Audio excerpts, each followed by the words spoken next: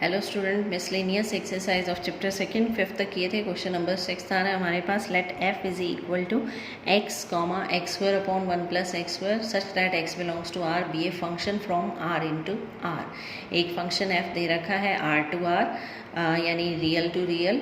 Determine, जहाँ function कैसे define है, एफ एक्स बनेगा आपका X square upon 1 plus X square. Determine the range of F, आपको इसकी रेंज निकालनी है यानी इसके पॉसिबल आंसर्स निकालने हैं कि क्या होंगे। तो क्वेश्चन नंबर 6 है हमारे पास। It is given that X belongs to R. ये गिवन है आपको, जो एक्स है यानी डोमेन है वो रियल लाइन है आपकी, यानी रियल से लेना है आपको। X square upon 1 plus X square की वैल्यू क्या होगी, will be a positive real number. ये पॉजिटिव क्यों होगा, क्योंकि square can't be negative, square हमेशा पॉजिटिव होता है। तो ये क्वांटिटी पॉजिटिव है, ये भी पॉजिटिव है और +1 हो रहा है, तो ये कंप्लीट क्या बनेगा, will be a positive real number.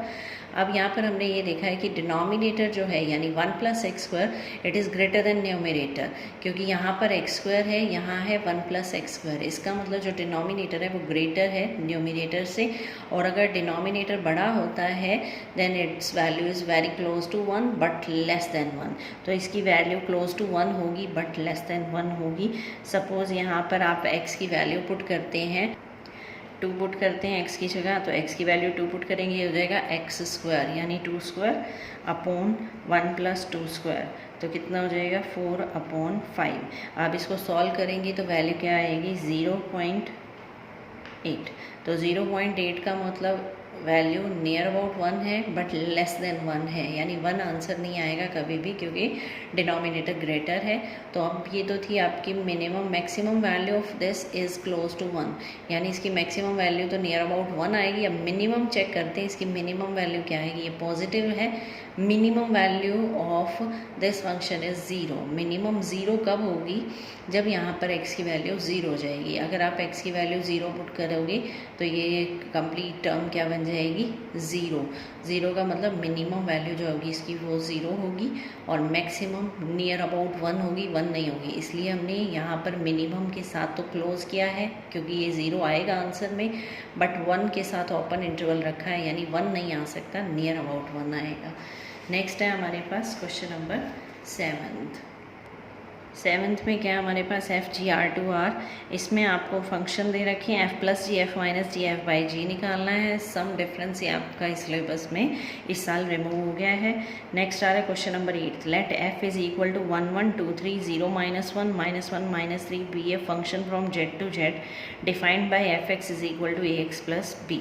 अच्छा क्वेश्चन है, for some integer a b determine a b. आपको ए और बी की वैल्यू निकालनी है। जो फंक्शन है यानी एफ एक्स है वो ए एक्स प्लस बी है, और फंक्शन के ये आपको 4 एलिमेंट्स दे रखे हैं, ये पुट कर दें यहाँ पर, और we have to find the value of A and B.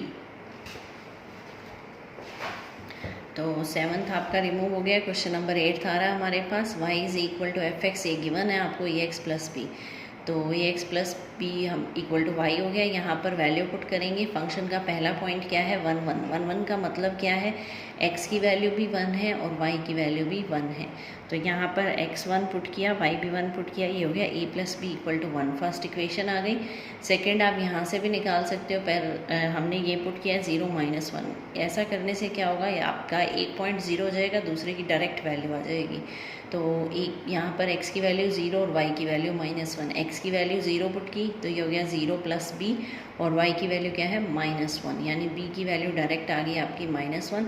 अब b की वैल्यू -1 यहाँ पुट करें तो ये बन जाएगा a -1 इक्वल टू 1, और ये उधर आ जाएगा, a की वैल्यू आ जाएगी 2, hence a is equal to 2 and b is equal to -1। तो a की वैल्यू आ गई 2, b की वैल्यू आ गई -1। ईजी क्वेश्चन है, सिंपल। जो फंक्शन दे रखा है एफ एक्स का मतलब y is equal to F X, तो इसको हमने मान लिया A x plus B equal to Y. अब यहाँ पर कोई भी 2 पॉइंट पुट करने हैं आपको, 2 इक्वेशन बन जाएगी। 2 इक्वेशन को सॉल्व करना है, जैसे 10th में करते थे, किसी भी मेथड से कैसे भी कर सकते हैं। आपकी ए और बी की वैल्यूज़ आ जाएंगी। नेक्स्ट है हमारे पास question number 9th। Let R be a relation from n to n defined by R is equal to AB such that AB belongs to n and A is equal to B square. Are the following true? अब क्या relation है, ध्यान से देखना। n to n का मतलब natural to natural, defined by R is equal to AB such that AB belongs to n। जो ए और बी एलिमेंट हैं वो दोनों नेचुरल नंबर हैं और रिलेशन क्या है, A is equal to B square. A is equal to B square यानी first element is equal to second square. आपको ये ए बी से अंडरस्टैंड नहीं करना है, आपको ये इस तरह से अंडरस्टैंड करना है फर्स्ट और सेकेंड एलिमेंट में क्या रिलेशन है। तो फर्स्ट एलिमेंट जो आपका है वो इक्वल टू सेकेंड का स्क्वायर है। आर द फॉलोइंग ट्रू, आपको चेक करना है ए बिलोंग्स टू आर है, सेकेंड में A B belongs to R है तो क्या B A belongs to R है, और थर्ड में ए बी और B C belongs to R है तो चेक करना है क्या A C belongs to R है आपके पास। तो क्वेश्चन नंबर 9 है हमारे पास। फर्स्ट पार्ट क्या चेक करना आपको, A belongs to R. A belongs to R का क्या मतलब है, जो आपका रिलेशन है उसमें दोनों एलिमेंट ए रहेंगे।